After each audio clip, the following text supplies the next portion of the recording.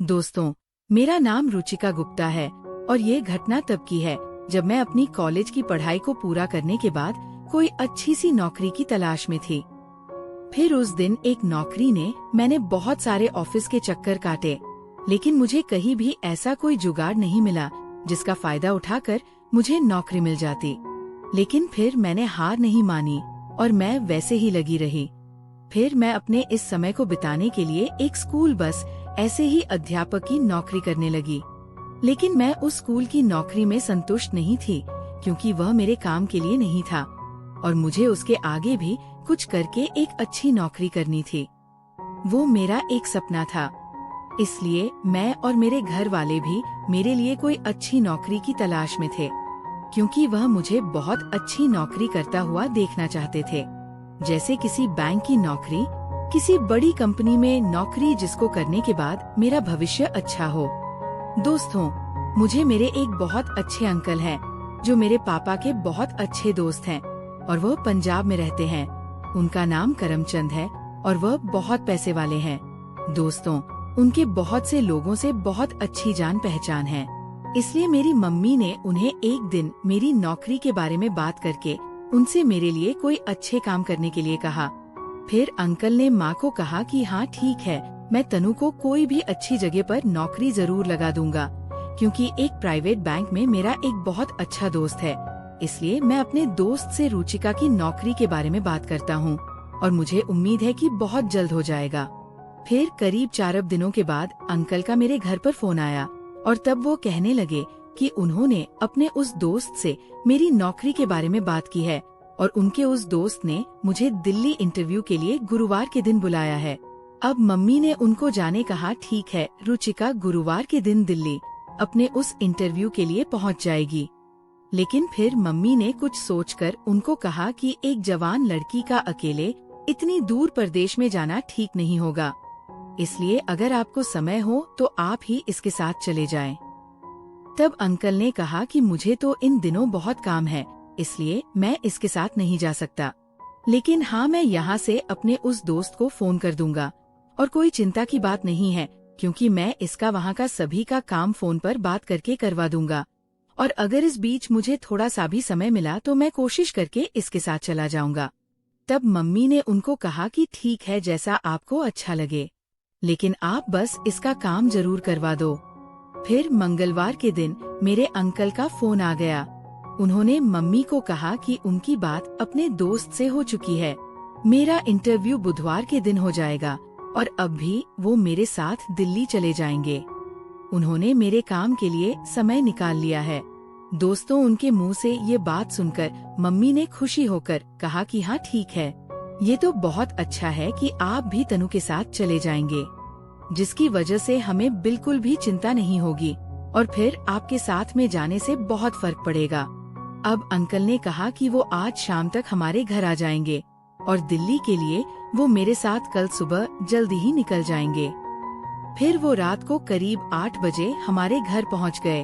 उनके आने के बाद माँ ने उनको खाने के लिए पूछा, लेकिन उन्होंने मना कर दिया। वो कहने लगे, मैं खाना खाकर आया हूँ। कुछ देर बाद माँ ने उनको चाय बना कर दी।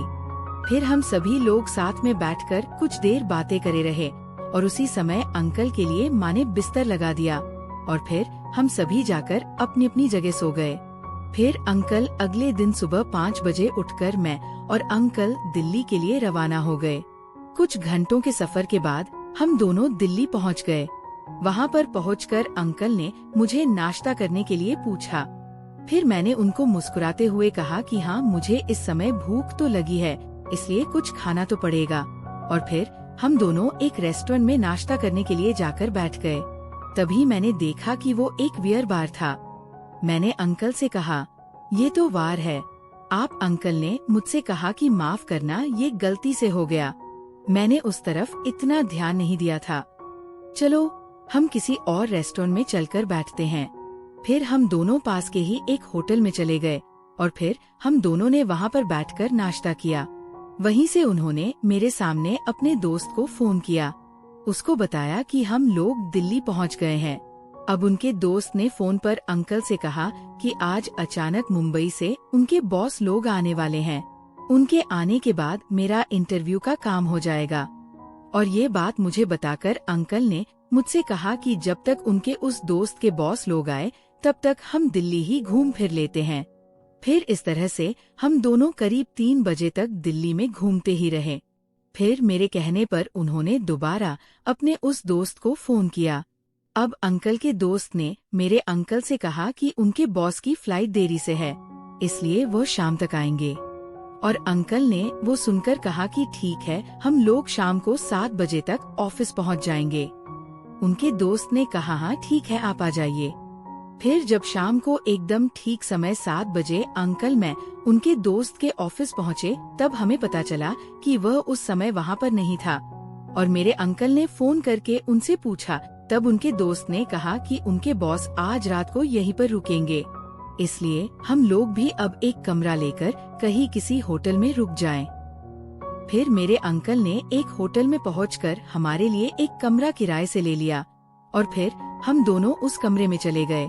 तभी वह मुझसे बोले कि अगर मुझे फ्रेश होना है तो हो जाऊं। अब मैंने उसको कहा कि हाँ ठीक है, मैं भी फ्रेश होकर आती हूँ। और फिर मैं तुरंत फ्रेश होकर बाथरूम में चली गई। और जब मैं बाथरूम से बाहर आई तब मैंने देखा कि उस समय अंकल ठंडा पी रहे थे। उन्होंने मुझे देखकर मुझसे भी ठंडा पीने के बारे में पूछा। तब मैंने उनको कहा कि हाँ मुझे भी पीना है। फिर उन्होंने मेरे लिए भी एक गिलास में ठंडा भरकर मुझे दे दिया। फिर उसको पीने के बाद कुछ देर बाद मुझे हल्का हल्का सा नशा होने लगा। ये बात मैंने अंकल को बताई। तब अंकल ने मुझसे कहा कि तुम कुछ देर लेट जाओ, तुम्हें आराम आ जाएगा। और वह मुझे पकड़कर बेड के पास ले गए। फिर उसके बाद उन्होंने मुझे बेड पर लेटा दिया। अब वो बड़े ही प्यार से मेरे सर पर अपना हाथ घुमाने लगे। फिर मैंने कुछ देर बाद महसूस किया, अब धीरे धीरे उनका हाथ मेरे गालों पर आ चुका था और अचानक उन्होंने मुझे एक बार छू लिया। अब मैं उनकी इस हरकत की वजह से एकदम हैरान रह गई। मैंने उनको कहा कि आप ये क्या कर रहे हैं अंकल? उन्होंने मुझसे पूछा कि क्या हुआ, और वैसे भी आजकल ये तो आम बात है और फिर किसी और इसके बारे में पता भी नहीं चलेगा। अब मैंने उसको कहा कि नहीं, ऐसा मुझे करना बिल्कुल भी पसंद नहीं है और आप वैसे भी मेरे अंकल हो। और उसे उन्होंने मुझसे कहा इस बात से क्या फर्क पड़ता है, और मुझसे ये कहकर वो मेरे पास लेट गए और अब उन्होंने मेरी शर्ट के बटन खोलने शुरू किए। दोस्तों, उस समय मैंने उन्हें रोकने की बहुत कोशिश की, लेकिन वो नहीं मानी। मुझ पर उस समय बहुत नशा, कमजोरी आ गई थी। उस समय उस बात का फायदा उठाकर उन्होंने अब वो मुझसे कहने लगे कि ये इंटरव्यू तो एक बहाना था। मैं तुम्हें दिल्ली इसलिए लाया था क्योंकि बहुत दिनों से मेरी नजर तुम पर थी। तुम मुझे बहुत अच्छी लगती हो और मैं एक बार तुम्हारे साथ कुछ करना चाहता था, लेकिन मुझे ऐसा कोई मौका हाथ नहीं लगा। इससे मैं पूरा फायदा उठाकर तुम्हारे साथ ऐसा कुछ कर सकता और मैं उसके लिए विचार करने लगा। फिर जब उस दिन तुम्हारी मम्मी ने मुझे फोन करके तुम्हारी नौकरी के लिए कहा, तब मुझे लगा कि ये मेरे लिए बहुत अच्छा मौका है जिसका मैं आज बड़े अच्छे से फायदा उठा रहा हूँ।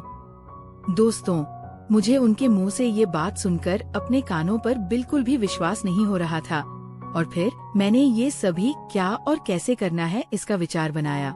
दोस्तों, मेरे बहू अंकल मुझसे जब ये सभी बातें कर रहे थे, उन्होंने मुझे ये सच्चाई बताई, तब मेरे नशा एक ही झटके में उतर चुका था। मैं अब अपने पूरे होश में आ चुकी थी, लेकिन मेरे बिल्कुल भी समझ में नहीं आ रहा था कि अब उस समय क्या करूं।